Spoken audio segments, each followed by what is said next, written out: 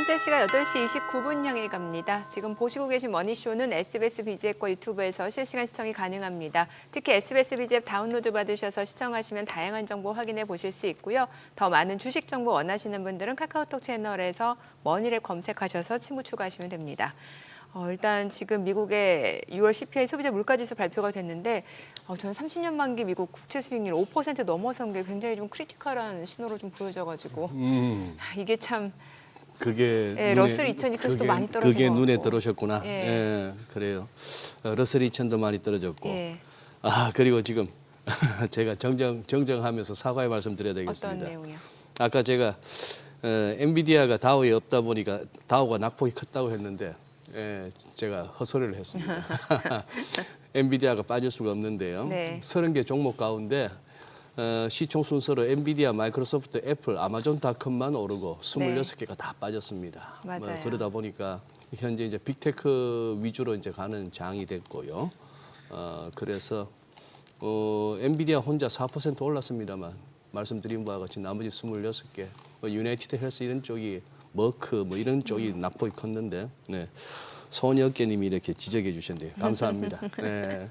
그래요. 저도 지금 제일 밤사이에 CPI에 대한 해석이 어땠는지는 모르겠으나 어쨌거나 금리가 예. 국채 수익률이 튀어오르고 그러니까요. 달러가 강해진 거, 특히 NDF 시세가 이렇게 다시 80원대 후반, 1,390원에 육박하는 거 이런 모습들이 밤사이 이렇게 야간 지수물 흐름 약세 마감하고 좀 그쯤에서 오늘 하루만큼은 좀 힘들 수 있겠다 싶은 생각이 드네요. 근데 네. 반도체주가 우리 어떻게 반응할지. 그러게요. 네. 일단 엔비디아가 이런 상황에서 계속해서 시총 4조 달러 굳건하게 지키고 있고 또 그러니까. 추세가 좋잖아요. 야, 좋아요. 예, 이러니까 또 시장에서 어떤 영향을 미칠지도 좀 궁금해지는데 네. 디멘전 투자자문 투자부문 송재경 대표님 모시고 이야기 나눠보겠습니다. 어서 오세요. 안녕하세요. 예. 미국 지수가 좀 이렇게 조금 조정받는 거야 이상할 게 전혀 없습니다. 잘못되라는 차원이 아니고 네. 그동안 쉼 없이 올라왔으니까. 맞습니다. 예, 우리도 사실 어제 어떻게 보면 지수가 조금 약한 모습을 보이고 가도 별탈 아무도 이상하게 여기지 않을 만한데 또 뒷심을 발휘해서 기어이 네. 올라왔고 하는데 사실 우리나라가 한 달 동안은 또 전 세계 1등입니다. 전 세계 1등인데 진짜. 네. 예. 연초 이후도 그렇고 연초 이후를 봐도 지금 그렇고 최근 한 달도 최근 우리나라 한 달을 1등입니다. 봐도 네, 그렇고 4월 달에 무슨 관세 폭탄 맞은 이유를 봐도 그렇고. 네. 뭐부터 봐주실래요? CPI 해석부터 봐주시겠습니까? 이게 이제 그걸 네. 보려면 다시 한번 이제 머릿속에 제가 그러니까 지난주에 일주일 전에 제가 한번 소개시켜드렸던 이제 생각의 틀 프레임워크를 다시 한번 복습 차원에 네. 제가 네, 업데이트해서 한번 다시 갖고 왔는데요. 올해 지금 상반기 지나서 지금까지 여전히 우리가 머릿속에 넣어야 될 거는 트럼프가 하고 싶어하는 일들을 세 가지로 감세, 관세, 연준을 움직이는 거. 이 세 가지가 지금 움직이고 있는데 제가 추가로 예. 그래서 감세는 이미 통과가 됐죠. 네. 이제 여기서 기대하는 건 붉은색으로 제가 표시한 거는 긍정적인 효과. 반면에 시장이 걱정하는 거는 파란색으로 제가 부정적인 효과를 이렇게 네. 나눠서 제가 한번 써봤는데요. 일단 당연히 감세라면 소비가 늘고 투자할 여력이 증가해서 경기가 활성화될 거다. 기대해죠. 근데 반면에 재정 적자 지금 늘어나고 있고 부채 크게 늘 거다. 걱정이다. 이런 거. 네. 그다음에 이걸 해소하려고 트럼프가 내세운 게 관세 수입을 얻어서 재정 적자 내가 만회하겠다. 그리고 이거 계속 잘하면 우리 미국 내 일자리 늘 거야. 그래서 계속 경기 좋아질 거야. 이제 이 얘기를 하고 있는 거고.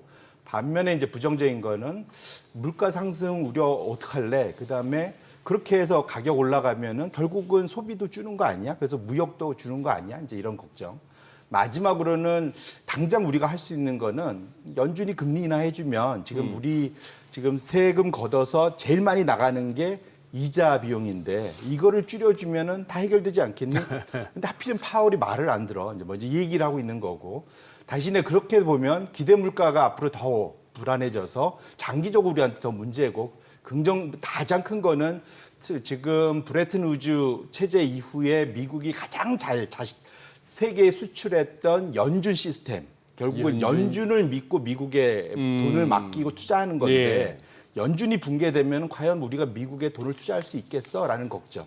이것이 지금 맞물려서 시장을 움직이고 앞으로 트럼프의 이제 행보에 가장 큰 영향을 미칠 때인데 말씀 주신 어제 첫 번째 이제 일종의 이제 힌트가 될 만한 게 CPI가 나온 거죠. 네. 근데 CPI를 어쨌든 어젯밤에 해설한 거 보면 예상보다는 낮았지만 서서히 올라가고 있다는 게 이제 포인트고요. 예. 그다음에 두 번째로는 예상보다 낮았던 것은 서비스 물가가 좀 떨어진 건데 그 앞에서도 저기 뉴스 코멘트 해주셨지만 분석해 주셨지만 그 근원 그 상품들의 가격은 자동차 빼면 급등을 했다는 거죠. 엄청 늘었다는 거죠. 그러니까 아까 포인트 코멘트가 전월 대비 거의 0.5%, 사실 역대급이죠. 한 3년 사이에. 그래서 이것이 그러니까 결국은 자동차도 지금 일본이 걱정해갖고 강제로 지금 수출 그 물량의 가격을 안 올리고 있는 것 때문에 사실 그런 건데 그걸 제외하고 나면 저기 뭐 나와 있지만 전반적으로 흐름은 이제 우리 6월 달에서 맛배기를 봤지만 7월, 8월로 갈수록 지금 물가는 올라갈 수밖에 없어. 네. 지금 그게 이제 포인트고요. 그렇게 놓고 본다면 연준이 연내 금리 인하 가능성이 점점 낮아지고 있는 거 아니냐? 그러니까 7월은 당연히 안 되고 9월도 어려워지는 거 아니냐? 이제 그러면은 지금 채권 쪽에서 금리는 우상향할 수밖에 없어. 그것이 이제 어젯밤에 나타난 거고 결국은 CPI발 금리가 올라간 것이 가장 그래서 단기물, 장기물 다 올랐지만 사실 더 큰 문제는 그 전에 일본과 독일이 전고점을 다 뚫었어요. 네. 일본 30년물, 40년물 예. 전고점을 다 뚫었거든요. 결국은 죄송합니다. 그래서 이것 자체가 지금 어찌 보면 최근에는 미국이 올라서 다른 나라가 움직이는 게 아니라 채권 예. 시장은 일본이 움직이면 나머지가 움직입니다. 그래서 지금 일본이 사실은 장기 금리가 급등하고 있는 것 자체가 상당히 사실은 시장에는 좀 뭐랄까 걱정스러운 시그널. 그러니까. 그래서 예. 이걸 조금 더 확장해 보면 우리가 작년 여름에 겪었던 거 기억하시잖아요. 사실은 네. 엔캐리 트레이드 예. 청산. 지금 약간 모양은 사실은 그런 쪽으로 가고 있거든요. 지금 일본 금리가 지금 사실은 미국 금리보다 올라가는 속도가 꽤 빨라서 지금 오히려 지금 그 미국과 일본의 금리 차는 축소되고 있는데 네. 지금 보면은 엔화는 최근 들어서 그 관세 협상하면서 오히려 약세로 가고 있거든요. 지금 그러니까 금리 차와 지금 엔화의 약세는 서로 원래는 같이 가면 안 되는 게 지금 움직이고 있어서 이거는 이제 일본 입장에서는 미국에 지금 투자돼 있는 지금 일본 자금들이 혹시 다시 그때처럼 한번 되돌아올 수 있는 빌미가 제공되는 환경이 조금씩은 제공되고 있어서 사실은 지금 미국 금리 올라가는 것도 걱정이지만 지금 일본과 독일의 장기 금리 올라가는 것이 오히려 어찌 보면 우리가 좀 더 집중해야 될 거다 이렇게 말씀드립니다. 그러면 이제 그러한 글로벌 자금 자체가 이제 다시 한번 탈미국 그리고 이제 일본 쪽 이런 식으로 움직일 수 있는 부분도 우려를 해야 된다는 맞습니다. 거고. 사실 제가 지난주에 말씀드렸듯이 일본 사람들이 그 엔 달러를 그 해지해 갖고 지금 투자하는 그 금리는 오히려 일본의 그냥 자체로 일본 그 저기 국채 투자하는 것보다 못하다고 말씀드렸잖아요. 네네. 이것이 좀 더 강화되고 있다라는 측면에서 조금 문제가 있다 이렇게 말씀드립니다. 아니 그리고 트럼프 그 관세 정책 지금 계속해서 뉴스가 나오고 있는 상황에 지금 보니까 뭐 작은 국가들에는 곧 관세에서 한 10% 이상은 단일 관세를 부과하겠다라고 하고 뭐 좀 추가적으로 지금 계속해서 무역 합의 노력 중인 상황이고 또 뭐 의약품 관세는 이달 말쯤에 또 결정이 될 예. 거다. 뭐 그 반도체도 그 시기쯤에 결정이 될 거다. 이런 얘기 나오고 있는데 이 트럼프가 이렇게 관세 정책에 진심일 수밖에 없는 이유가 보니까 실제로 미국의 관세 수입이 그렇게 좋았다면서요. 예, 이게 그러니까 사실은 지금은 뭐랄까 초기라서 변동성이 지금 되게 큰 상황인데 이 숫자를 그대로 믿으면 안 될 것 같은데 지금 트럼프가 믿고 싶게끔 좋은 숫자가 나오고 있는 거죠. 예. 그래서 아까 제가 그 생각의 틀에서 감세로부터 날 부정적인 영향이 재정 적자가 늘고 그것 때문에 부채가 늘어날 거다. 예. 그걸 내가 한 방에 해결해 줄 수 있어. 뭐냐면 해외에다가 관세 세게 때려갖고 관세 수입으로 내가 다 메꿔줄게. 이거거든요. 근데 실제로 데이터가 그렇게 나오고 있습니다. 지금 보면 4월, 5월, 6월 연속으로 지금 관세 수입이 역대급으로 늘어나면서 평균적으로 과거에는 한 달에 한 70억 불 전후가 나오던 것이 지금 6월 달에는 272억 불이 나왔거든요. 이거를 곱하기 그냥 단순 12 하면은 당연히 이거는 3천억 불. 그러면 정확히 그 재정 적자 분을 관세로 다 그 커버하고 남는 겁니다, 사실은. 호호. 이대로만 잘 나와 준다면. 이제 이렇게 되는 거. 그러면 굳이 내가 왜 관세 협상을 굳이 내가 열심히 해줘야 돼? 그냥 계속 거두면 되지. 이런 생각을 저라도 할 것 같아요. 네. 물론 근데 세상이 그렇게 다 되진 않죠. 왜냐하면 이렇게 되면 결국은 물가도 올라가고 시차를 두고 결국은 그러니까요. 소비도 줄고 할 텐데 네, 네. 당장은 보면은 그렇죠. 당장. 지금 해결이 돼 보이잖아요. 그렇게 보니까 지금 트럼프 마음속은 상당히 갈등이 있을 거다. 다들 아마 주변에서는 그래도 관세 협상에서 적정 수준으로 낮춰주셔야 됩니다 할 텐데 잘 되고 있는데 왜? 라고 생각을 할 수 있어서 트럼프가 상당히 강공 모드로 나오고 있는 이유도 6월 달에 저렇게 나오는 거예요. 이게 사실은 어찌 보면 몸에 몸에 좋은 게 입에 쓴 약이고 입에 단 게 몸에 안 좋다고 그러는데 어찌 보면 저게 입에 단 그러한 음식일 수 있다라고 저는 걱정을 좀 하고 있습니다. 막 설명 듣다 보니까 우리 어릴 때 다 한 번씩 듣는 그 무슨 그 있잖아요. 매일 그 황금알을 낳는 거위. 야 이거 뭐 매일 낳으니까 그걸 하루에 하나씩 하느니 그냥 배를 따서. 자, 지금 저게 예를 들어 야 뭐 말씀하신 대로 곱하기 12 해버리니까 연간 재정 적자를 다 메울 수 있네. 맞습니다. 네. 그게 뭐 거의 배 따는 거나 별 차이 없는 발상 아닙니까? 어떻게 보면. 저렇게 한다고 했을 때 네. 진짜 세상이 온전하게 가겠으며 그러니까.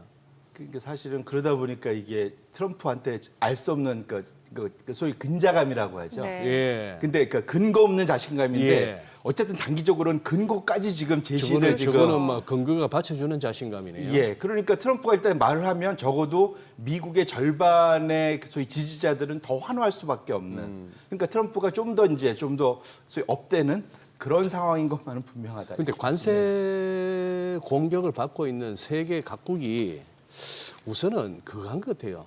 일단 납득이 안 돼요. 납득이. 그렇죠. 아니 그냥 애초에 그거 했던 게 브라질에 4월 2일 날 부과했던 건 10%였습니다. 네. 그게 그냥 50% 이렇게 해버리면은 누군들 24%에서 갑자기 25% 그렇게 열심히 협상하고 몇 번 만나도 까주기는커녕 오히려 더 얹어버리니까 이시바 총리가 진짜 아닌 게 아니라 저도 어제 처음 알았습니다. 우리 어제 이 시간에 홍춘욱 대표가 나와가지고 이렇게까지 깔보는 것이라고 우리가 뭐 보도도 되고 번역됐지만 그 일본식 표현이 아주 심한 표현이었더만요. 네. 외교적 표현이라 할 수 없는 그 정도까지 어떻게 보면 자극적이었는데 어떻게 일본은 25%고 브라질은 50%냐? 이거 어떻게 받아들여야 됩니까? 이거? 그러니까 이게 말씀 주신 대로 그나마 그 4월 2일 날 발표됐던 것도 사실은 이게 계산도 희한했고. 되게 하지만 적어도 이렇게 그냥 단순 산수로 계산해 보면은 이런 표현 있잖아요. 반띵 정신.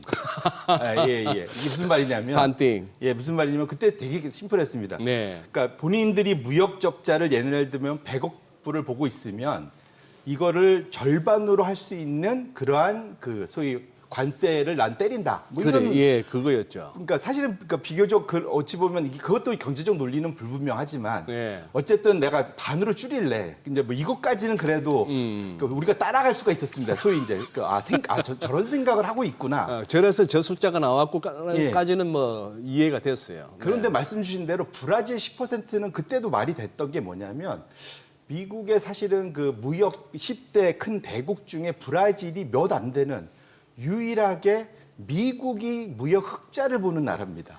브라질 상대로. 네, 그러니까 당연히 10%도 많은 거죠. 그러니까. 이유도 네. 없는 건데. 그래서 제가 세 번째 차트를 갖고 온 게 뭐냐면 지금 위에 보시면 미국이 브라질과의 무역은 지금 보시면 위로 파란색으로 올라와 있잖아요. 플러스입니다. 그러니까 어쨌든 조금이나마 미국이 브라질로 상대해서 돈을 더 벌고 있는데 그래서 처음에 10% 때렸고 일본과는 보면은 상당한 적자를 보고 있으니까 처음에 24% 때렸다가 지금 25% 됐는데 브라질하고는 갑자기 뜬금없이 갑자기 50% 때린 거예요. 그러면 이제 더 이상 관세를 경제 논리로 하는 건 아닌 것 같고 이제는.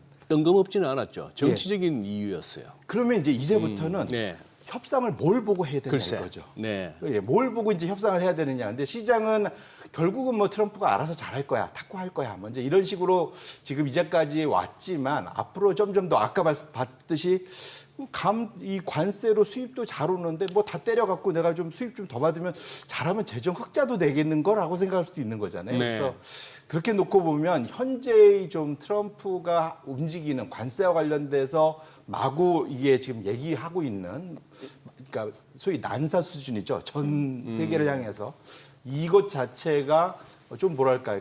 이게 좀 그러니까 시장은 결국은 다 잘 마무리될 거야 되지만 대중국만 빼고 나서는 나머지 국가들에 대해서는 상당히 공격적으로 좀 이 상당 기간 유지할 수 있는 왜냐하면 시장이 흔들리지 않는 한 이렇게 갈 가능성이 좀 커진 거 아니라는 걱정이 드는 그것이 이제 브라질에 대한 50% 관세의 의미다 이렇게 봐야 될 것 같습니다. 이번 브라질 케이스를 보면서 저는 느낀 게 이것이 관세가 꼭 반드시 경제적인 이유, 무역 측면에서의 무기는 아니다 하는 걸 확실하게 제가 느낀 게 트럼프 행정부는 트럼프 대통령은 결국 이 관세라는 이 진짜 무기죠.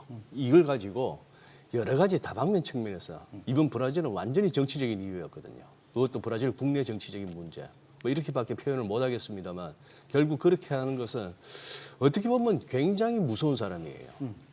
치밀하고 뭔가를 또 빌드업 해나가나 싶기도 하고. 결국 대선 개입이죠. 네, 내년도에 그렇죠. 사실은 대선이 있는데 또 하나 근데 기억하셔야 될 거 아이러니하게도 그러면 정반대의 결과가 나온다는 거지. 캐나다 사례에서 봤듯이. 설마 그 케니 그 지금 총리를 만들어주기 위해서 캐나다에 그렇게 세게 관세를 네. 때렸을 리는 없잖아요, 사실은. 근데 결국은 캐나다의 보수 진영, 그러니까 친미적인 그러한 그 총리가 되기를 트럼프도 원했을 텐데 아이러니하게도 캐나다를 때리다 보니까 역으로 네. 캐나다에서 반미적인 사실은 총리가 된 거잖아요, 예. 지금. 예. 브라질도 마찬가지로 오히려 지금 사실은 최근에 룰라의 인기가 떨어지고 있었는데 저런 식으로 때려주고 나면은 원래 시진핑도 마찬가지고 외부의 적을 만들어주면 안에는 결속하게 돼 있지 않습니까? 네. 그래서 그게 큰 그림이었지는 모르겠는데 어쨌든 트럼프가 의도하는 거는 친미 지도부가 들어오기를 원할 텐데 결과론적으로는 저런 식으로 때리는 것이 결코 그것이 과연 미국에 도움이 될까? 그건 좀 물음표가 분명. 벌써 이제 수차례 보여주시니까 이제 그림이 그려지는데 아까 트럼프 3대 정책 변수에서 톱니바퀴 3개 돌아가는 거 관세와 감세 그리고 네. 또 하나 연준. 네. 근데 지금 이 파월 쫓아내기가 진짜 아주 뭐랄까요 피치를 올리고 있다 할까. 네. 맞습니다. 아니 근데 지금 사실 어제 제가 즐겨보는 또 우리 고라니 동생 그 유튜브를 보다 보니까 참 좋은 아이디어라 가지고 한번 진짜 물어보니까 이번에 연준 개보수 공사하는 그게 25억 달러였다는 거예요. 네. 네. 우리 돈으로 뭐 환율 대충 하면 3조 5천억 우리 돈으로. 근데 이게 21년에 시작을 했는데 이 공사가 애초에 19억 달러로 시작을 했다가 이번에 알고 보니 7억 달러가 더 추가된 거고 이 7억 달러가 거의 우리 돈으로 한 1조 가까운 돈이고 여기서 이제 호화사치 무슨 뭐 이런 얘기가 됐는데 이 3조 5천억이 보니까 우리 저 뭡니까 잠실 롯데월드 그게 공사가 3조 8천억 거기다가 뭐 교통 개보수 그거 하는 그쪽에 5,200 이래저래 갖고 4조가 넘었더만요. 아니 연준을 무슨 새로 짓는 것도 아니고 개보수 하는데 돈이 많이 들긴 들었네 진짜. 그죠? 뭐 우리가 전문가가 아니라서 예. 절대 비용을 하겠는데 또 역으로 보면 그게 90년 된 건물이랍니다. 그렇죠. 예, 그리고 거의 지금 근무하면서 사실은 그걸 좀 고치고 있잖아요. 예. 근데 아마 국내에서도 뭔가 재개발하거나 리모델링을 좀 해보신 분들은 아시겠지만 최근에 하다 보면은 그게 새로 짓는 것보다 더 들 수도 있나? 예, 예. 기간이 좀 길어지면 오래 걸렸네요. 예, 기간이 길어지면 돈이 더 들잖아요. 그래서 일단 인건비도 더 들고. 예, 네. 그리고 최근에 그 3년, 4년 동안 모든 게 다 올랐잖아요. 그래요. 특히 하기야. 미국은 엄청나게 다 지금 물가가 올라 있지 않습니까? 햄버거 하나에 이제 4만 원 하는데요. 뭐 그리고 햄버거. 사실 안에 자재를 뭘 쓰느냐에 따라서도 천차만별이기 때문에 예. 그렇게 비교하기는 사실 쉽진 않을 것 같아요. 예, 예. 단순 그러니까, 예. 규모만으로는. 완전히 예. 차라리 말씀 주신 대로 그냥 밀어버리고 새로 올리는 게 돈이 더 적게 들 겁니다. 근데 저게 역사적인 건물이라고 그렇죠. 그러더라고요. 저 나오는 저 에클스 예, 빌딩. 예. 저게 90년이 넘은 건물이니까 네. 미국이 뭐 200년 좀 넘은 그 역사를 갖고 있는데 90년 된 건물이면 지켜야 될 거지 않습니까, 네네. 사실은. 밀고 지으면 돈이 제일 적게 듣겠죠. 네. 그러니까 사실은 뭔가 뻐꾸기 오는 사연이 다 있을 텐데 그러니까 사실은 그걸로 때린다는 것 자체가 좀 뭐랄까 그러니까 결국은 제가 드리고 싶은 말씀은 트럼프가 파월을 밀어내고 싶은 거는 진심인데 예. 제가 보는 포인트는 뭐냐면 시장을 안 믿는다는 거죠. 시장을 예. 투자자들은 그걸 안 믿고 있다는 그렇죠. 겁니다. 그게 문제입니다. 그래서 지금 보시면 시장이 예. 트럼프의 그 진심을 의심한다. 안 될 거야. 안 될 거야. 예, 저도 못 안될 쫓아낼 거야. 또는 트럼프가 말만 하지 이거는 진짜 안 할 거야. 또 제이미 다이먼도 그렇게 얘기했잖아요. 예. 파월 해임하지 않을 거다. 왜냐하면 근데 되면은 그 결과가 후폭풍이 아까 말씀드린 대로 어마어마할 수 있기 때문에 이렇게 그런 되면 거죠. 차기 연준 의장의 그것까지도 보장이 안 되는 거예요. 임기까지도 이렇게 되면은. 그러니까 지금 그래서 난 얘기가 그 임기는 보장이 되는데 그래서 스스로 물러나라고 그러는 거죠. 사임하라. 베센트가 어제 한 얘기가 설사 네. 5월에 사임하더라도 네. 그리고도 한 3년인가 더 할 수 있거든요. 남은 네네. 기간이. 아, 근데 2028년 이사회에서 1월까지니까. 아예 빠져라. 아. 왜냐면 너의 그 그림자가 너무 세니 나머지 이사들이 말 안 들을 것 같으니 물러나라 이제 얘기하는 건데 어쨌든 예. 그래서 지금 파월의 연내 사임에 대한 이제 배팅 사이트 두 군데 있습니다. 그러니까 폴리마켓이랑 칼쉬인가요? 이쪽이 칼쉬. 뭐 이쪽에서 두 군데서 보면은 4월 달에 비해서는 한 20% 미만으로 좀 안 믿고 있고요. 결정적으로 채권 시장의 그 변동성, 그러니까 그 주식 시장은 빅스가 있으면, 예. 그러니까 소위 공포지수. 지금 그 채권은 무브라고 해갖고 변동성 지수가 있지 않습니까? 예. 이것이 그러니까 지난 주말에 85였고 어제 여기 90까지 올라가긴 했더라고요. 하지만 지금 보시면 최근 한 3년 이상 2년간 제일 낮은 수준이에요. 얘기는 뭐냐면 그런 일 안 일어날 거야.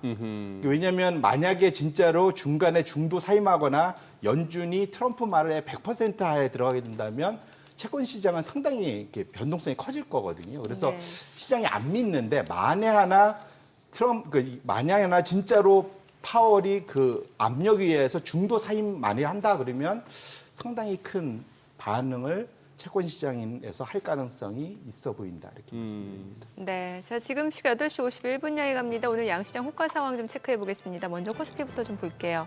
오늘 강보합 출발 예상되고요. 3,216포인트, 코스닥 약보합권 예상됩니다. 811포인트고요. 시가총액 상위 종목 예상가 보겠습니다.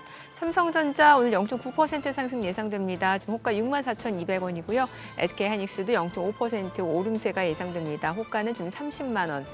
LG 에너지솔루션, 삼성바이오로직스, KB금융은 지금 호가에서 좀 하락이 예상되는 분위기고요.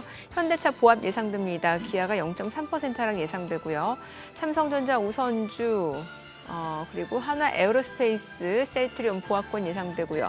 두산 에너빌리티 0.3% 하락 예상됩니다.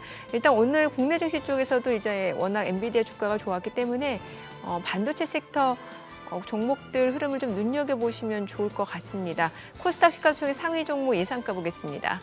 알테오젠이 지금 호가에서는 1.9%가량 하락이 예상됩니다. 최근에 이거래 연속도 상승을 보여준 만큼 오늘은 좀 쉬어갈 수도 있겠다라는 생각이 드는데 지금 호가는 46만 원으로 집계가 됩니다. 에코프로비엠, 에코프로가 지금 오늘 각각 지금 보합권이 예상됩니다. 에코프로비엠은 104,700원, 에코프로 47,300원. 지금 호가 움직임 나타나고 있고 HLB도 보합권 예상되고요. 파마리서치가 0.8% 하락 예상됩니다. 그리고 휴젤이 0.4% 오름세가 예상되고 효과는 35만 9천 원. 레인보 로보틱스 보합 예상되고 펩트론, 리가캠바이오가 각각 2% 안팎으로 하락 출발 예상됩니다. 각각 호가는 22만 8천 원, 13만 4천 원. 그리고 리노공업이 1.3% 상승 예상됩니다. 아무래도 반도체 쪽이다 보니까 이제 반도체 소부장까지도 이런 온기가 좀 확산될 수 있는 가능성을 열어두셔야 될 것 같습니다. 호가 52,300원으로 집계가 됩니다. 이제 개장까지 한 7분가량 남았는데요. 오늘 시장은 전체적으로는 좀 쉬어갈 수는 있겠습니다만 반도체 섹터가 좀 궁금해지는 하루네요. 그게 궁금한 예. 날이네요. 예. 그래도 생각보다 뭐 야간 지수선물 흐름보다는 지금 동시효과에서는 그렇게 낙폭이 크지는 네. 않은데, 그래 한번 뭐 좀 멀리 가려면 이렇게 살짝 이렇게 좀 밀렸다 가는 것도 나쁘진 않은데 말이죠. 네.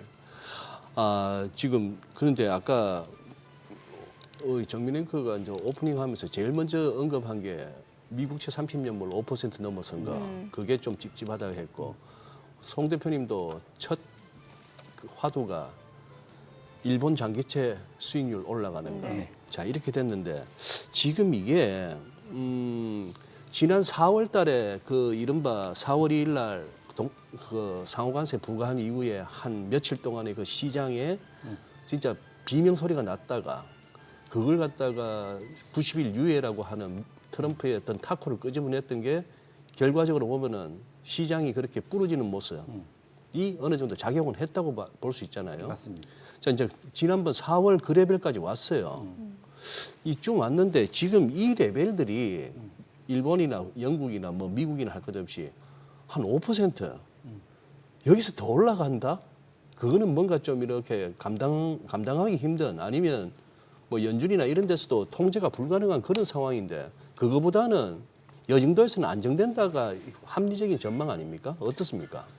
이렇게 되지만 안정돼야 됩니다. 돼야 사실은. 되죠. 안 되면 좀 이상해져요, 시장. 그렇죠. 예. 맞습니다. 네. 그래서 이게 왜냐하면 이 과거와 달리 이게 지금 그 전 세계적으로 코로나 겪고 사실 그 전에는 2008년 금융위기 겪고 다 부채를 엄청나게 늘려놨잖아요. 그러니까요. 지금. 예. 이번 2008년 금융위기, 2020년 코로나 위기 겪으면서 주요 선진국들이 대부분 부채를 엄청 늘려놔서 우리나라 독일 정도만 안 늘리고 나머지는 다 늘어났거든요. 예. 그래서 그러다 보니까 지금 이걸 과연 견뎌낼 수 있겠느냐. 그래서 장기물에 대한 걱정들이 엄청 커졌죠. 그래서 지금 그러니까 소위 미국은 항상 한 2, 3년에 한 번씩 돌아오는 게 부채 한도 협상. 이번에도 결국 해서 협상이 잘 그래서 BBB가 통과가 돼서 예. 부채 한도를 5조 달러를 올렸습니다. 그래서 원래는 36조 달러였는데 42조 달러까지 더 올려놨거든요. 예. 이제 룸이 생겼어요. 근데 지금 차트를 제가 이제 하나 그렸는데 짙은 파란색이 뭐냐면 위로 올라가면 미국 재무부가 이제 본격적으로 국채를 발행하면서 그러니까 TGA라고 그래서 미국의 일반 계정 트레저리 제너럴 어카운트. 재무부 일반 계정 이게 뭐냐면 연준에다가 그러니까 국채를 발행하면 시장에서 돈이 들어올 거잖아요. 네. 돈을 빌린 거니까 그 돈을 연준에다 맡겨놓는 거. 그러니까 일종의 이제 그 마통 같은 거죠. 일종의. 그러니까 재무부 보통 예금 계정. 맞습니다. 예. 거기에서 그러니까 국채를 하면 돈 빌려갖고 저기 쭉 쌓아 올라가는 예. 거죠. 위로 올라면 유동성을 이제 빨아들이는 거죠. 그러는 어찌 보면. 거죠. 근데 제가 이제 지금 박스권 해놓은 게 이제 2023년 자넷 앨런 때, 바이든 때, 저 때도 한번 그 소위 10년물이 5% 한번 위로 치고 올라가면서 예. 했었는데 그때도 보면은 일반 계정을 본격적으로 이제 쌓아 올려갔을 때 지금 미국 정부가 현금 쌓느라고 예. 국채 발행 많이 해서 네. 시중 유동성 빨아들였다 이렇게 해석하면 그렇죠. 되죠. 근데 지금 이것이 그 사이에 국채 한도 때문에 발행을 못 해갖고 네. 이게 3천억 달러까지 지금 내려와 있잖아요. 예. 이것이 지금 그러니까 발표한 거에 따르면 7월 말까지는 1,200억 달러 더 발행하고 5천억 달러 맞추겠다 했으니까. 예, 그래서 3천억 달러를 8천억 달러까지, 8,500억 달러까지, 예. 9월 말까지. 예. 그러면은 지금 이미 7월 이제 거의 중간 가고 있으니까 네. 이제 2달 반 동안 상당히 많은 6천억 달러 정도를 이제 시장에 찍어내겠다라는 거예요. 네네. 그럼 상당히 좀 과거의 저 수준까지 좀 빠르게 이제 올라가는 거거든요. 예. 이미 이제 시장에는 이제 이게 공고가 된 겁니다. 예. 우리 이제 조금 많이 찍을 거야. 예. 그런데 이제 시장 대신에 그러니까 트럼프 행정부가 해놓은 게 베센트가 해놓은 두 가지 안전장치가 있죠. 하나는 스테이블 코인을 지니어스 액트를 통과시켜서 이쪽 진영에서 미국 국채를 좀 사주게 하는 거 네네. 하나. 그다음에 두 번째로는 뭐가 있냐면 그 미국의 은행들의 소위 보충 레버리지 비율을 조정해 줘 갖고 SLR. SLR을 조정해 줘 갖고 미국 국채를 더 살 수 있는 여유를 준 거. 요 두 가지로 해결되지 않겠느냐는 시험대에 드는 상당히 그래서 그때와 지금이 조금은 다른 양상이긴 한데 대신에 지금 부채의 레벨은 상당히 많이 올라와 있기 때문에 상당히 뭐랄까 시장에 큰 변동성을 줄 수 있는 첫 번째 뭐랄까 그러니까 한 2달, 석 달이 될 수는 있겠다 이렇게 말씀드립니다. 그런데 일본이 삐져버리면 그러니까요. 일본이 우리가 좀 사기 싫은데 뭐 이렇게 돼버리면 그게 이제 사실은 좀 걱정스러운 거죠. 근데 이게 일본이 지금 참의원 선거가 있잖아요. 맞습니다. 예. 그러니까 이게 참의원 선거를 앞두고 이시바 시게루가 일부러 좀 세게 나오는 걸 수도 있는 거잖아요. 맞습니다. 예. 예, 그래서 오히려 또 그 시기에 지나면 네. 또 그렇게 세게 안 나올 수도 있는 거 아닌가요? 근데 이게 뭐랄까 시게루가 사주라고 해서 국채를 그건 미국 국채를 아니지만, 살 수는 예, 없는 예, 예. 그래서 말씀 비슷하게 그것 때문에 엔화가 지금 약세인 예. 거잖아요. 실제로 미국과 일본의 금리 차 축소가 많이 돼서 일본 금리가 빠르게 올라와서 네네. 이 상황을 보면 엔화는 좀 더 강세로 갔어요. 그러니까 140엔 밑으로 내려가 있어야 되는데 지금 어젯밤에 148엔까지 와 있죠. 네. 그러니까요. 지금 이게 저는 이거 130 얼마를 볼 줄 알았는데 이거 조만간에 150 볼게 됐어요. 이거. 이렇게 되면은 항상 어디가 이기냐면 금리 시장이 이기고 그러니까 그 환율 시장이 맞춥니다. 보통 채권에 맞추거든요. 왜냐하면 달러 그 통화는 들고 있는다고 돈이 되는 게 아니라 채권에 투자를 해야 뭔가 그러니까. 돈이 생기지 않습니까? 그러니까. 예. 그러다 보니까 변동수가 충분히 생길 만큼 지금 엔화 약세는 좀 걱정된다 이렇게 말씀드립니다. 야, 근데 이렇게까지 질문할 것 같으면 우리 정민회그 여의도로 진출하셔도 되겠다. 뭘요? 정치하셔도 되겠는데. 아 정치. 참의원 앞두고 이렇게 세게 나가고 선거 끝나면 또 이런 식의 어떤 정무 감각이면 뭐. 먼지 많아서 안 돼요. 아, 그래요? 털면 다 털면 먼지라서 다 안 나와? 돼요. 아, 네. 털면 나올 먼지가 네. 많아? 네, 안 돼요. 소장님이 가세요. 아니, 저는 거기 가면은 돌아버릴 것 같아요. 제 멘탈로는 거기서 못 버틸 것 같아요. 아, 소장님 멘탈 충분히 강하세요. 에이, 저 너무 순진하게 가지고. 왜냐면은 이제 시청자분들 댓글 중에 좀 짓궂은 댓글도 많잖아요. 네. 근데 소장님 충분히 멘탈 강하세요. 개장 10초 전이랍니다. 네, 일단 오늘 개장 상황 좀 보도록 하겠습니다. 국내 증시 흐름 확인해 보죠. 개장합니다.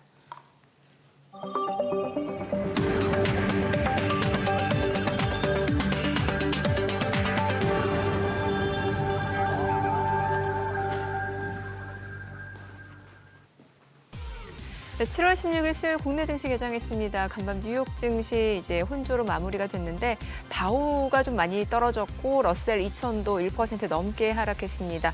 지금 장기채 위주로 국채 수익률이 좀 많이 올라가고 있는 상황이고 소비자 물가지수 CPI가 발표가 됐습니다.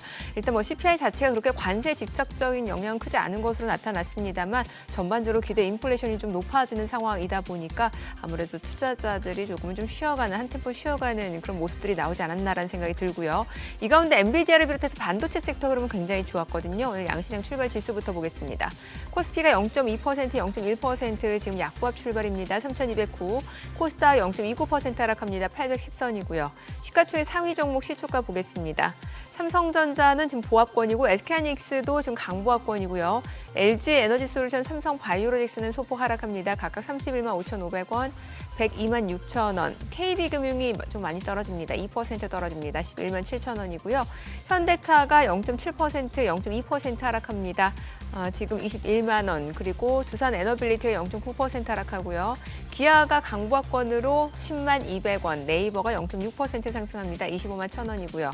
코스닥 시가총액 상위 종목 시초가 보겠습니다. 알테오젠이 최근에 2거래일 연속 상승했거든요. 오늘 좀 차익 실현 물량들이 나옵니다. 1.2% 내림세로 46만 3천 원이고요. 에코프로비엠, 에코프로는 지금 보합권이죠. 그리고 HLB가 0.7% 하락하고 파마리서치가 0.68% 내림세로 58만 8천 원에 거래되고 있습니다. 휴젤이 지금 약보합권으로 지금 35만 7천 원, 그리고 펩트론이 1% 약세 흐름을 보여주고 있습니다. 레인보 로보틱스도 내림세 27만 3천 원이고요. 리가캠바이오가 좀 떨어지네요. 13만 3,900원으로 1.98% 하락. 리노공업은 지금 강보합권. 생각보다 반도체 섹터 흐름이 그렇게 아직까지는 강하지 않습니다. 오늘 시장에서 특징을 보여주고 있는 섹터 종목들 보도록 하겠습니다. 지금 히토리 관련주가 움직이네요. 노바텍이 지금 14% 급등합니다. 그리고 유니온도 6% 강세 5,280원. 삼화전자도 4.68% 올라가고요. 유니온 머티리얼도 3.2% 상승. 티플렉스, 현대, BNG 스틸이 2% 이상 올라갑니다. 글쎄요, 일단은 뭐 최근에 나온 뉴스 기업 이슈에서는 이제 애플이 그 히토리 좌석과 관련해서는 중국 의존도를 낮춘다는 소식이 나오긴 했는데 글쎄요, 어떤 이슈가 또 히토리 관련주의 상승을 이끄는지는 잠시 후에 더 구체적으로 좀 체크를 해볼게요. 오늘 화장품 관련주들 흐름 좋습니다. 한국 화장품이 19% 넘게 급등합니다. 12,400원 선까지 올라가고요. 청담 글로벌도 13% 넘게 올라갑니다. GFC 생명과학도 3% 강세고 한국콜마 코스맥스도 1% 안팎으로 올라가고요. 코리아나 13% 급등하는 상황이죠. 3,600원. 그리고 네오팜도 4% 올라가고요. 지금 삐아 그리고 마녀공장 클리오 다 올라가고 오가닉 코스메틱이 4.7%. 또 한국 화장품 제조 에코글로우 바이오 비주 뭐 다 올라갑니다. 오늘 화장품 관련주들이 움직임 좋고요. 관광업체도 좀 움직임이 나오고 있는데 그 온기 자체가 좀 확산되는 분위기는 아닙니다. 일부 종목만 상승을 보여주고 있는데 동양철관이 2.5% 올라가고 그밖에 종목들은 상승폭이 다소 좀 제한된 모습이고 오늘 시장 낙폭이 좀 커지네요. 수급 상황 좀 체크해 보도록 하겠습니다. 오늘 유가증권 시장에서 개인 투자자가 1,226억 원 순매수고요. 외국인과 기관은 각각 822억 원 그리고 438억 원 매도 우위를 나타냅니다. 코스닥에서도 개인 투자자 홀로 순매수입니다. 456억 원 매수 우위, 외국인과 기관은 각각 427억 원, 30억 원 순매도고요. 선물에서도 오늘 외국인 팝니다. 환율 좀 체크해 보도록 하겠습니다. 달러 환율입니다. 오늘 5원 30전 상승한 1,385원 50전에 개장이 됐습니다. 순식간에 시장 좀 낙폭이 커지는데 오늘 그러니까. 시장 오후장 어떨 것 같으세요, 소장님 보기에는? 오후장요? 네. 글쎄 뭐 왔다 갔다 하면서 요 정도 개장초 지금 보이는 요 정도 아닌가 싶은데 미국 반도체 간다고 우리 반도체가 가는 건 아니네요. 그렇죠. 약간 SK 하이닉스하고 삼성전자가 같이 이렇게 빠져버리네요. 오히려 빠지네요. 예. 그러면서 아니 저기는 네. 어제 갑자기 뭐 방산주, 네. 원전주 또 다시 순환매가 강하게 돌던데. 네, 오늘은, 맞아요. 하나 오늘은 에어로스페이스 오늘 떨어지고 오늘 두산 에너빌리티도 떨어집니다. 떨어지고 그러니까 최근에 국내 증시 흐름이 순환매가 굉장히 빨라요. 그죠. 예. 증권주는요? 오늘 증권주 제가 예. 볼게요. 지금 증권주 같은 경우는 금융주, 증권주 다 떨어져요. 화장품만 가네. 네, 화장품 일부 종목이 올라가고 네. 그렇습니다. 요즘 떨어질 때 개인 투자분들 사시는 것 같아요. 떨어지면 개인 네, 그래서 올라가면 팔고, 올라가면 팔고. 예, 뭐 증권주, 뭐 조선 방산, 뭐 지주 이런 쪽 떨어지면 사고 담고 올라가면 팔고. 그러니까 예. 와 참. 예. 어떻게 뭐 여기서 이제 또 월가에서 나오는 얘기 중에 이제 골든 크로스 된 지 벌써 한 일주일 넘었다. 네. 한 뭐 50일선이 뭐 100일선 넘어 심지어 200일선도 올라섰다. 과거 역사적으로 봤을 때 이 골든 크로스는 어쨌거나 그러고 나서 며칠이 좀 흔들려서 그렇지 길게 보면 늘 어쨌거나 지수 상승 배팅은 늘 성공이거든요. 네. 그 중에 뭘 잡느냐에 따라서 뭐 못 누릴 수도 있지만 이번에 이 미국에서 나타난 골든 크로스도 뭐 이렇게 인정을 해줘야 될까요? 어떻게 보세요? 뭐 말씀 주신 대로 기술적으로는 당연히 긍정적인 네, 변화고 일단은 투자자들이 나는 주식을 계속 사고 싶어. 사고 싶어. 네, 이제 이 마음을 보여주는 거잖아요. 그렇죠. 예, 예. 예. 그래서 수급이 모든 걸 우선하니까 그런 측면에서는 뭐 투자자들의 위험 선호 심리가 뭐 아주 좋아지고 예. 그것만은 분명 우리나라도 마찬가지입니다. 우리나라도 그 소위 상대 강도 지수 자체가 주간 단위로도 지금 과열이 상당 기간 지금 한 달째 유지가 되고 있기 때문에 예. 이건 뭐 미국이나 우리나라 거의 비슷하다. 근데 다만 이제 단기적으로는 변동성이 커질 수 있는 수준까지는 분명 와 있는 것 같고요. 뭐 말씀 나온 김에 이제 우리나라 시장에 대해서는 이제 상법 개정과 예. 관련돼서 1차는 한번 됐고 예. 이후로는 지금 추가 2차 개정 앞두고 있죠. 예. 지금 그러니까 뭐 지금 집중 투표제니 그다음에 감사 분리 선출 뭐 이런 거 관련해 갖고는 7월 23일 이제 얼마 안 남았습니다. 그때 이제 추가적으로 개정을 하겠다라고 지금 발표가 돼 있는 상태고 그 소위 속도나 방향성 자체는 시장 지금 외국인들이 사실 환호하는 가장 큰 이유가 지금 뭐 4천, 5천 얘기하는 이유가 거기에 대한 사실은 그 긍정적인 평가들이거든요. 그래서 그 분야를 사실 반영해서 이제 주가는 많이 오르고 있는데 아마 추가적으로 이와 관련해서 아마 또 변화가 있을 만한 분야가 뭐냐면 제가 이제 오늘 갖고 온 마지막 차트가 뭐였냐면 중복 상장 이슈입니다. 사실은. 예. 예, 지금 이제 이 차트는 그 IBK에서 한 작년 말쯤에 한번 만들었던 걸 제가 같이 갖고 와봤는데 지금 보시면 이제 그 중복 상장하는 게 딴 게 아니라 그 소위 모기업이 있으면 예. 거기에서 특정 회사들이 떨어져 나와서 밑에 있는 자회사들도 또 상장되는 네. 그 두 회사가 다 상장되는 이슈. 그것이 이제 우리나라는 보시면은 18%가 넘는데 네. 그런데 지금 미국은 0.4% 지금 완전 극단적이죠. 예. 그다음에 우리 주변에 있는 일본, 대만, 중국도 한 3% 전후밖에 안 된다라는 거죠. 이게 중복 상장 이슈가 뭐냐면 그 소위 중복 카운팅, 더블 카운팅. 뭐냐면 이익이 지주사에도 이익이 잡혀 있는데 나머지 밑에 있는 회사들 이익을 또 갖고 와서 두 번 평가하고 그걸 갖고 상장해서 평가를 받고 있는 거잖아요. 예. 그러면 약간 순환 참초 같은 이제 그런 일이 걸려서 통상 이런 것들이 시장에는 이제 그 소위 디스카운트 요인이 분명 될 수밖에 없습니다. 더군다나 저 미국의 0.4%는 그냥 한 회사 때문에 그래요, 거의. 버크셔 해서웨이. 아하. 버크셔 해서웨이는 미국의 10대 안에 드는 큰 기업인데 예. 네. 대부분 다 미국에 있는 그 상장 기업들을 상당히 많이 갖고 있잖아요. 네. 그게 답니다, 저게. 그러니까 그 빼고 나면 사실은 대부분은 지금 사실은 중복 상장을 안 하고 아하, 있거든요. 아하. 그래서 어젠가 그 한국거래소에서도 이제 중복 상장과 관련해서 특히 물적 분할한 중복 상장에 대해서는 이러이러한 이제 주주 보호 장치를 앞으로는 우리 마련하겠다. 그래서 이제 너희 잘못 앞으로는 상장 잘 안 될 수도 있어. 이제 이 얘기를 꺼내긴 했지만 제가 이 얘기를 왜 말씀드리냐면 최근에 이제 지주사들이 엄청들 많이 갔는데 예. 그 중에서 이 중복 상장으로 인해서 밸류에이션이 좀 많이 비싸진 기업들은 이후로는 또 조심할 필요도 있겠다. 그래서 상대적으로는 앞으로 아마 이제 투자자들이 이제 상법 개정이 쭉 진행되고 나면 그 다음에 아마 이제 요구할 것이 중복 상장을 이제 줄여라. 예. 왜냐하면 그걸로 대표적으로 성공한 그 대표적인 회사가 메리츠 금융지주거든요. 네. 아하. 메리츠 금융지주 하나 남고 나머지 그 증권인이 뭐 이거를 다 그 밑으로 넣고 비상장을 만들어 버렸잖아요. 예. 그래서 메리츠 금융지주가 PBR이 한 2배 정도 되면서 JP모건이나 이런 글로벌 그러니까 소위 최고 수준의 기업들과 비슷한 밸류에이션을 받고 있어요. 그러니까 우리나라에서도 저 종복 상장을 그런 형태로 좀 조절해주고 바꿔주면은 그럼 추가적인 레벨업이 될 수 있겠죠. 그래서 아마도 앞으로 이제 상법 개정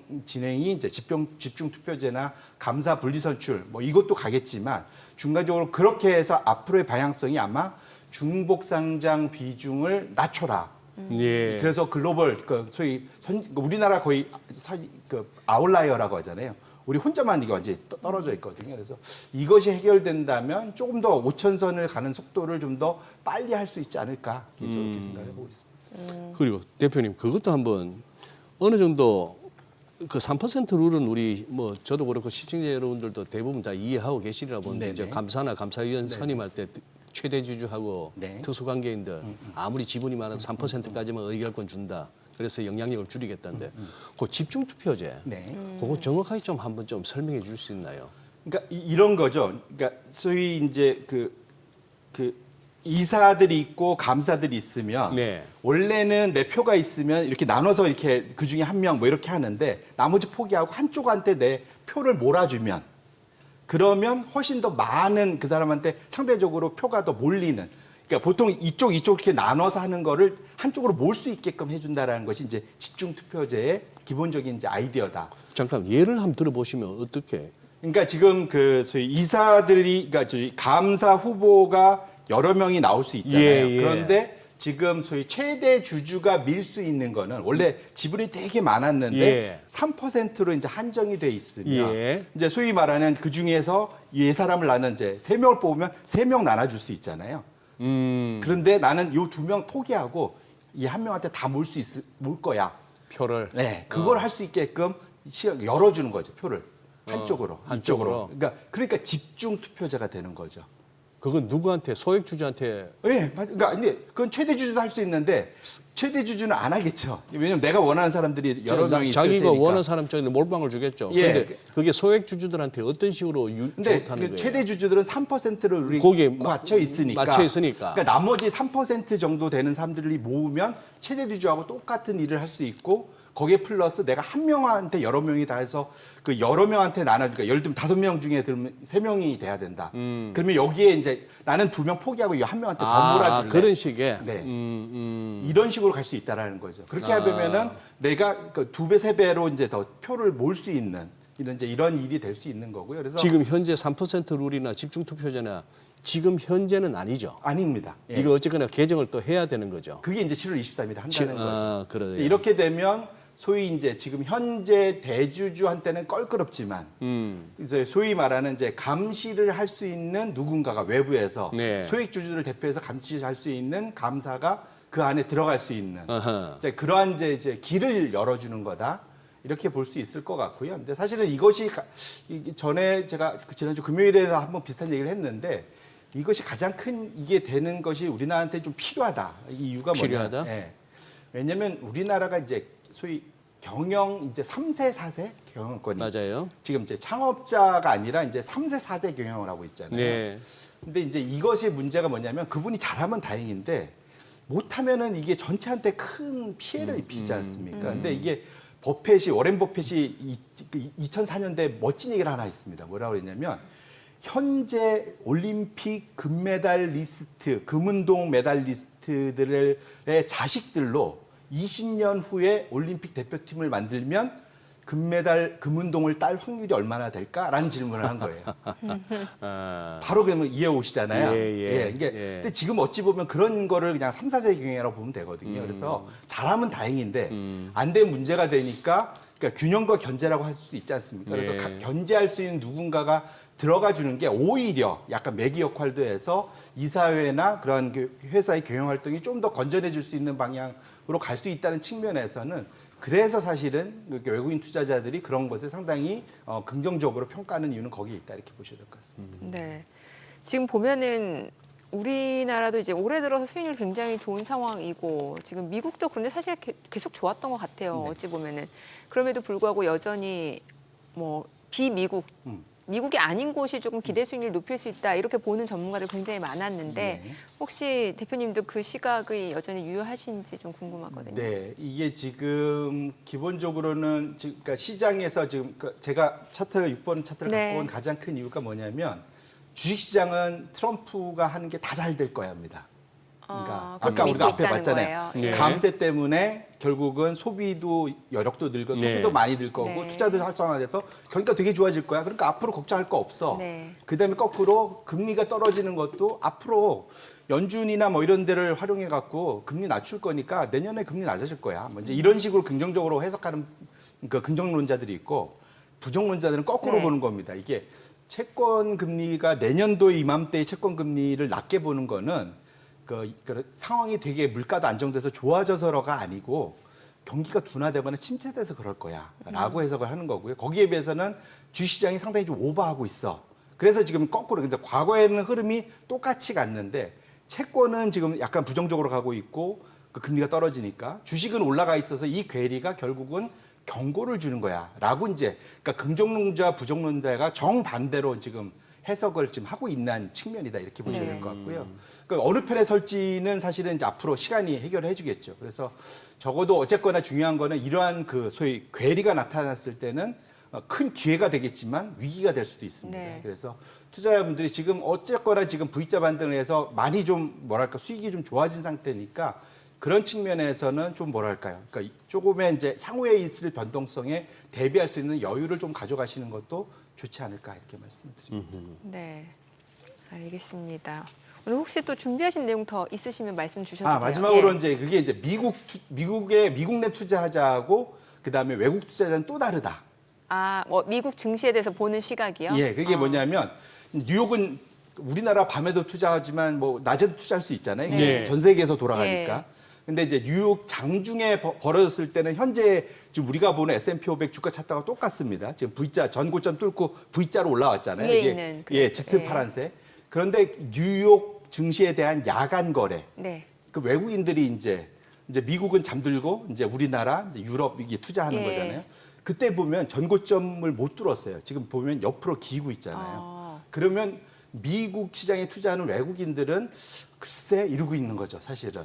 미국 내부에서는 좋게 보고 뉴욕 증시를. 예, 그러니까 지금 미국의 V자 반등은 미국 내에서 다 만든 거고 네. 미국 외에서 미국에 투자하는 외국인들은 상대적으로는 뜨뜻미지근하다. 사실 우리나라의 많은 전문가분들도 그렇게 보시잖아요. 네네. 그러니까 그렇게 놓고 본다면 사실은 지금 뭐랄까 이전에는 미국 내에서도 열광하고 미국 외에서도 열광했는데 이제 반쪽짜리로 좀 날아가는 거잖아요. 그러면 상당히 이제 힘이 그러니까 소위 앞으로도 막 치고 올라갈 수 있는 힘이 약하지 않겠느냐는 우려. 이것이 또 역으로 보면 최근에 뭐 어제야 이제 그 미국 달러가 올라갔지만 미국 달러가 연초 대비 지속적으로 약해지는 모습이 사실은 저 차트에서도 좀 보여지는 거다. 이렇게 봐야 될 것 같습니다. 저 차트가 진짜 극명하게 보여주네요. 최근 들어서 제가 늘 느끼는 게 이 시간대 방송하면서 확인하는 지수선물 흐름하고 네. 저녁에 밤에 가서 막상 펼쳐지는 미국장하고 늘 다르거든요. 맞습니다. 지수선물은 약한데 본장 본장 열리면 그냥 네. 가. 네. 본장 열리면 또 하락 출발했는데도 또 누가 와서 잡아 당기는지 또 보면 플러스로 아침에 눈 뜨고 돌리고 보면. 돌리고. 예. 트럼프가 만들어낸 기현상이죠.